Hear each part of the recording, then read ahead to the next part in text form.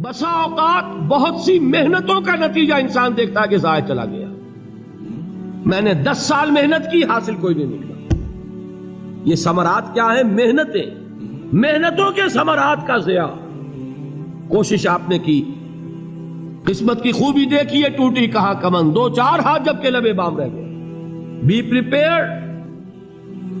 ایک شاعر کے یہ اشعار ہیں، وہ کمیونسٹ تھا، میں نام بھی نہیں لیتا، لیکن یہ کہ یہ اسی انقلابی، چونکہ ان کا بھی ایک انقلابی نظریہ ہے، انقلابی عمل میں یہ سارے مراحل آتے ہیں.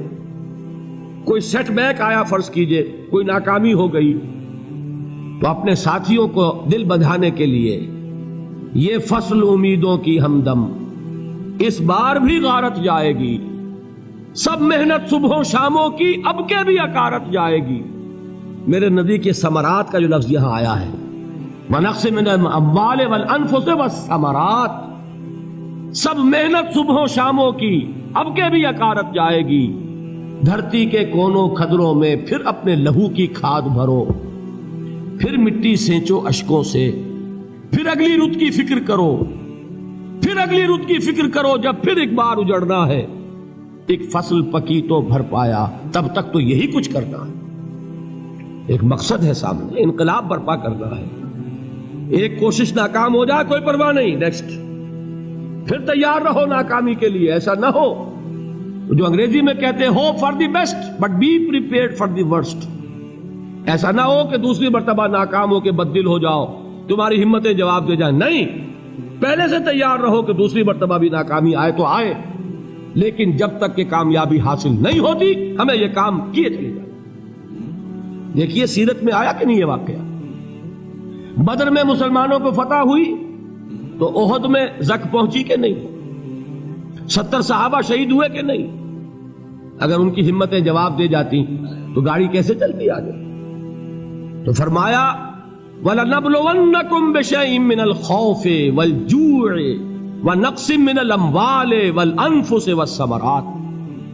ہم تمہیں لازم آزمائیں گے، خوف کی کیفیت سے، فقر و فاقے کی کیفیت سے، بھوک سے، جان کے نقصان سے، مال کے نقصان سے، محنتوں کے حاصل کے ضائع ہو جانے سے. وَبَشِّرِ الصَّابِرِينَ، اور اے نبی بشارت دیجئے صبر کرنے والوں کو. الَّذِينَ إِذَا أَصَابَتْهُمْ مُصِيبَةٌ، وہ کہ جب ان پر کوئی تکلیف آئے، کوئی مصیبت آئے، کوئی آزمائش آئے، قالوا انا للہ وانا الیہ راجعون، وہ یہ کہیں کہ ہم اللہ ہی کے ہیں، اللہ ہی کی طرف لوٹ جانا ہے. یہ وہی انداز ہے جو میں نے فارسی کا شعر سنایا تھا آپ کو کہ سرے تسلیم خم ہے جو مزاج یار میں آئے. وہ ہمارا مولا ہے، ہمارا آقا ہے. اگر اسے یہی منظور ہے تو ہمیں بھی یہی منظور ہے. میں نے تسلیم و رضا کی بات کی تھی نا، آپ کو کچھ شعر سنائے تھے. ایک شعر اور سنیے، اور یہ کس کا ہے؟ محمد علی جوہر کا. ایک مرتبہ جیل گئے، ان کی ایک بیٹی جوان بیمار ہوئی، فوت ہو گئی. باہر چھوڑا انگریز نے، جاؤ بھائی دفن کر دو بیٹی کو.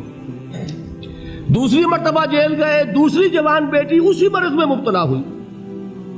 اب یہ جیل میں ہے، خبر پہنچی کہ دوسری بیٹی کے اوپر بھی اسی مرض کا حملہ ہوا ہے. ایک نظم لکھی ہے جس کا آخری شعر یہ ہے، تیری صحت ہمیں منظور ہے لیکن اس کو نہیں منظور تو پھر ہم کو بھی منظور نہیں. یہ ہے، جب تک یہ کیفیت نہ ہو اس میدان میں آدمی ثابت قدم نہیں رہ سکتا کہ میرے رب کو اگر یہ منظور ہے تو یہی مجھے منظور ہے، اور تیری صحت ہمیں چاہیے تو ضرور، لیکن ہمارے رب کو منظور نہیں تو ہمیں بھی منظور. راضی برضائے رب. وَبَشِّرِ الصَّابِرِينَ الَّذِينَ إِذَا أَصَابَتْهُمْ مُصِيبَةٌ قَالُوا إِنَّا لِلَّهِ وَإِنَّا إِلَيْهِ رَاجِعُونَ. نہ شود نصیب دشمن کے شود ہلاک تیغت، سرے دوستہ سلامت کے تو خنجر آزمائے. اولئک علیہم صلوات من ربہم ورحمہ، یہی ہے وہ لوگ جن پر ان کے رب کی طرف سے عنایتیں ہیں اور رحمتیں ہیں. وَأُولَئِكَ هُمُ الْمُهْتَدُونَ، اور یہی ہے وہ لوگ جو کامیاب ہونے والے ہیں، ہدایت پانے والے، ہدایت یافتہ. اسی سورہ بقرہ میں ذرا آگے چل کر، یہ تو ہے 20واں رکوع، 19واں رکوع. 21ویں رکوع کی پہلی آیت ہے لیس البر ان تولوا وجوہکم قبل المشرق والمغرب ولکن البر من آمن باللہ والیوم الآخر والملائکۃ والکتاب والنبیین وآتى المال على حبه ذوي القربى واليتامى والمساكين وابن السبيل والسائلين وفي الرقاب وأقام الصلاة وآتى الزكاة والموفون بعهدهم إذا عاهدوا والصابرين في البأساء والضراء وحين البأس. اب یہ آیت جو ہے سورۃ العصر میں جو مضامین آئے تھے سارے اس میں موجود ہیں.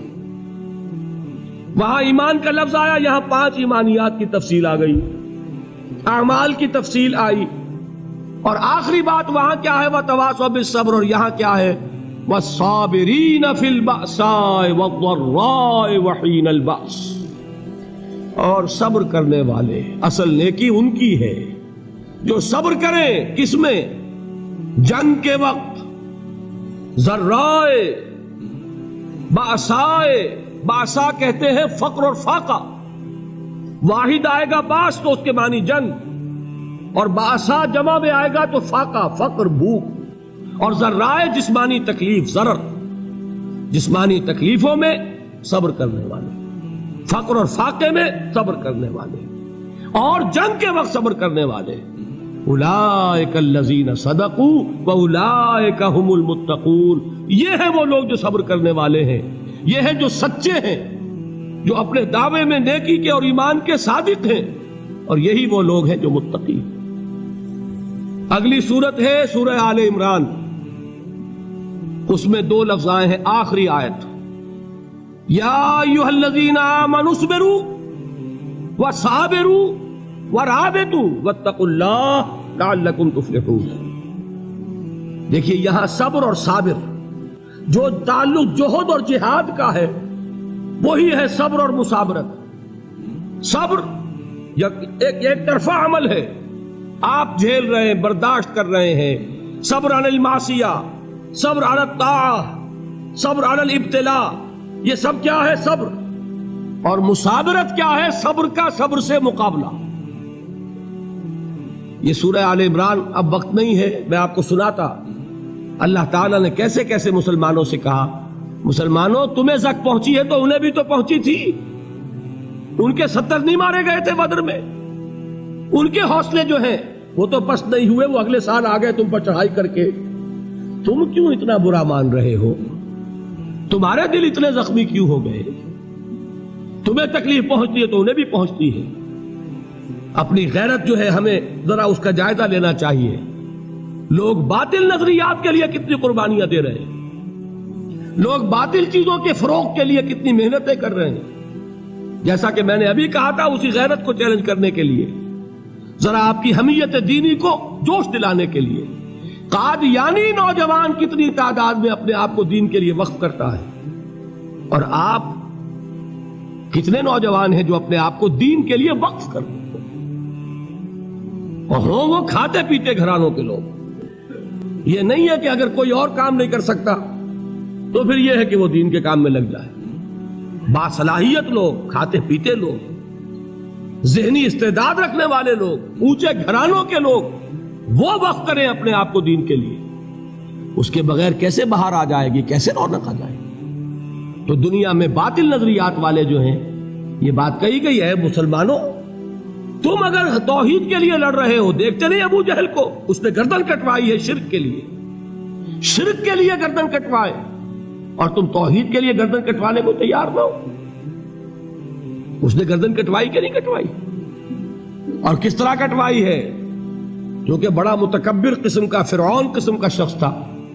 جب گردن کاٹنے لگے تو کہتا ہے ذرا نیچے سے کاٹنا، تاکہ جب تم نیزے کے اوپر چڑھاؤ میرے سر کو تو اونچا نظر آئے، معلوم ہو سردار کا سر. وہ بدبخت مرتے ہوئے بھی جو اس کی کیفیت تھی نا، اس کو ذہن میں رکھیے. تو یہ اس لوگوں نے قربانیاں دی، جانیں دی. تو فرمایا اگر تم ان سے زیادہ قربانی نہیں دو گے، جو نوٹ کر لیجئے اس کو، مجرد اگر حق کو غالب کرنا اللہ کے ذمے ہو تو آنے واحد میں غالب کر دے گا، تمہیں تکلیف ہی دینے کی ضرورت نہیں. سمجھ رہے؟ کیا اللہ کے مقابلے میں کوئی باطل کی طاقت ٹھہر سکتی ہے؟ یہ تمہارے ایمان کا امتحان ہے، یہ تمہارے خلوص کی آزمائش ہے، یہ تمہارے امتحان کا ثبوت درکار ہے کہ اللہ تعالیٰ دیکھنا چاہتا ہے تم اس کے لیے اپنی جانیں قربان کرنے کو تیار ہو کہ نہیں، تم اس کے لیے تن من دھن لگانے کو تیار ہو کہ نہیں۔ اور یہ جان لو کہ اگر کفار اور مشرکین اور ملحدین اور باطل نظریات والے وہ جو کچھ قربانیاں اپنے باطل نظریات کے لیے دے رہے ہیں ان سے زیادہ اگر تم نہیں دو گے تو حق غالب نہیں ہوگا۔ انہوں نے جو صبر کیا ہے اپنے باطل نظریات پر، اگر تم اس سے زیادہ صبر کا ثبوت نہیں دو گے اپنے اس حق پر تو حق غالب نہیں ہوگا۔